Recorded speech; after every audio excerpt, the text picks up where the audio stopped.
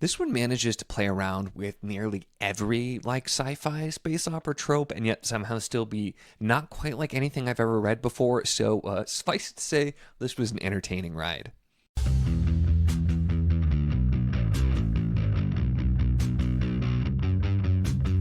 Hello and welcome to my channel. In this video, we're going to be talking about Deathstalker by Simon R. Green. This is the first book in the Deathstalker series, which is kind of a like mixed bag of elements, because this is very much sort of a like kind of, campy, cheesy, I would say like 80s sci-fi action adventure style. This actually was published in this first book in 94.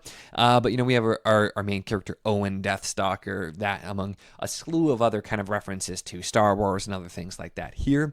But this isn't just a like parody or even satire, that type of thing. It is definitely playing around with having fun with a lot of those different elements. But it's doing a lot of kind of unique things. And so it manages to, I think, bridge the line well between this sprawling space opera type of thing, as well as just having humor and being very, very entertaining. And I mean, this is the kind of book that will, like, it'll be serious for a moment, but I feel like the author wants to make sure that you never take it too seriously, because anytime it's in, like, danger of it, like, getting really serious, there'll be, like, a joke or a pun or a line or just kind of some fun thing to happen, to be like, yeah, but not too serious. And I think he walks that line pretty good. Like, there are some just straight up absurd things that happen, like when a group of would-be assassins that are from an organization when the acronym is ELF come in, and they're like attacking the Empress, but instead of actually trying to kill her, they throw a pie in her face. Is the thing that happens here.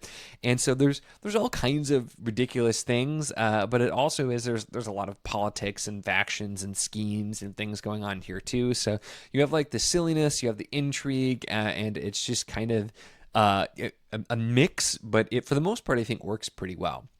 And this is following Owen Deathstalker, who is the main character, obviously with the name, but he is outlawed for no apparent reason, and then ends up going off. He has to be on the run, and he's going to go to Mistworld, the hive of scum and villainy. It doesn't actually say that, but I have to make the joke too. They do end up eventually, like, there's a bounty hunter that gets involved as well, things like that. Like I said, tons and tons of sci-fi references and spins on different things like that. Except instead of like the Millennium Falcon, he has this pleasure yacht spaceship that he's in, but kind of goes on the run.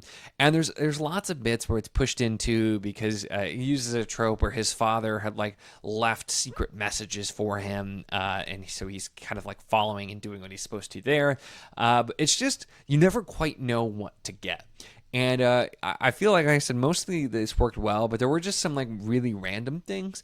And this is also the type of book where you have to be willing to kind of just shut your brain off and enjoy. Many times there are things that just seem like they're happening because they just need to happen, or there's the push there too, and it's not like it's pretending that it's not. I mean, there's literally like oh, your father left a message here saying that if should this ever happen, you're supposed to go to this planet and do this, and he left these secret clues that I can only reveal to you as time goes on, like things like that. So you have some stuff going on like that too, where there's definitely the things being laid out and happening there, but it seems like an interesting time. And this is kind of centering around it's supposed to be him kind of starting a rebellion against the Empire again. Star Wars, you get a lot of that stuff in there as well too when I'm just talking about it. Like I could say a lot of details from this out of context that would be there, but also it does throw in a ton of other elements, and like there's some things that reminded me of other things. Like there's the Hayden men, who are kind of like advanced cyborg people, which very much reminded me of Cybermen from Doctor Who, and I'm not entirely sure if that's the intent, but I absolutely could see that. That's kind of what it felt. And there's lots of bits and pieces of just other types of things. This deals quite a lot with our espers, who have like mind powers and different kind of stuff like that, and so that's also something I feel like I've seen a lot in sci-fi as well. So there's a lot of these things that are pretty common, but it's also just a like big sprawling story. And I think for me, that's where like my main complaint here is I do feel like it feels kind of overly long. And like this version I have is a little over 500 pages, which it's, you know, it's a mass market paperback, so kind of small print. I feel like this is the sort of series that, per my preference, when we're doing this kind of like campy and cheesy type of thing, like half the length of this probably would have been the sweet spot and would be something that I would like binge and go through going there. So there are, I think, points, because this is very much going for the sprawling space opera type of thing, even though it has that humor and everything. It is setting up a lot of other big plot points as well. And like I said, it's not just straight up like that kind of short parody. But I think for me, having things move a little bit quicker, being a little bit shorter, would have been more to my taste with this particular type of book and with the tone that it's really going for, which is kind of a me thing in general as well too. So it depends for me. Obviously, I like plenty of my longer books as well, and I love my big, slow, like epic fantasies. But I think partially that's just with, and maybe it's because I'm not as well read with more of the sci-fi type of stuff.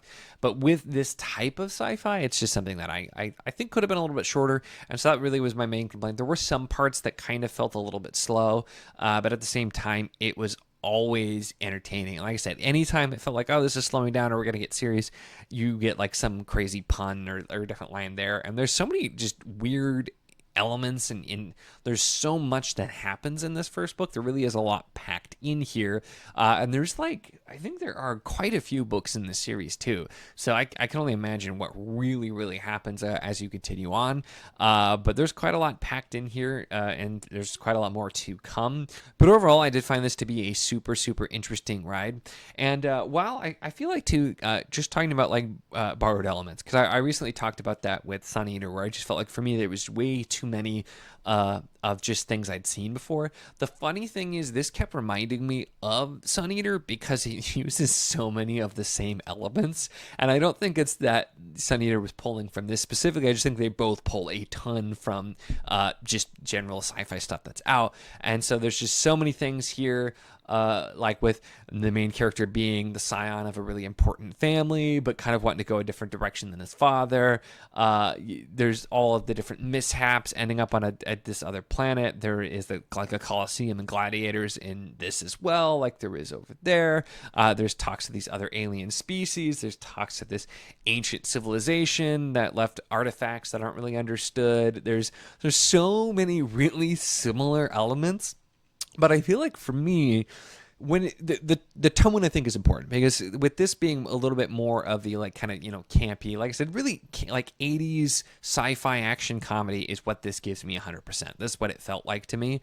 And so with that kind of thing, it feels more like, oh, you know, we're throwing in this reference, and it feels more intentional versus with a book that's being, I guess, it's more serious in tone. It feels more like, okay, yeah, but I've seen all these things. So I feel like even though it's really similar things with this style of book, it didn't really bother me as much. So that always, again, could be a kind of a taste thing, because it's literally, in some cases, like the exact same things that I might complain about. And like, I wasn't as crazy about the Colosseum stuff here. It was somewhat important. We don't spend a ton of time in there as well, because we do jump around between some other characters and things going on here as well. But I just felt like we do move around. So even though I commented this feels a little bit too long to me at points, we are jumping between all kinds of different stuff, and there really is a lot packed into it too. So it's not like it's just spending a ton of time on the same thing over and over and over again. We're really doing all kinds of crazy different stuff as well. And so it was just an interesting time. For me, this was just sort of an entertaining experience. I think if you're looking for, granted, it's a little long for a popcorn read, but if you're looking for that mix of like epic space opera and just kind of fun, entertaining, and a type of read, I think this is one that fits into that little sweet spot in between really well. And it was definitely an interesting time going through here and spending some time with Owen, Deathstalker, and the crew. So really, though, those are my thoughts on Deathstalker by Simon R. Green. Let me know if you've read this and/or your thoughts on any of the stuff that I talked about here. It'd be fun to hear from you in the comments. Of course, make sure to give the video a like if you enjoyed it. Check the links in the description, as always, for the Patreon if you want to support what I do, as well as the Wizarding Enclave Discord if you want to chat books, whether this book, other books, really anything at all. It's a lot of fun, and we'd love to have you.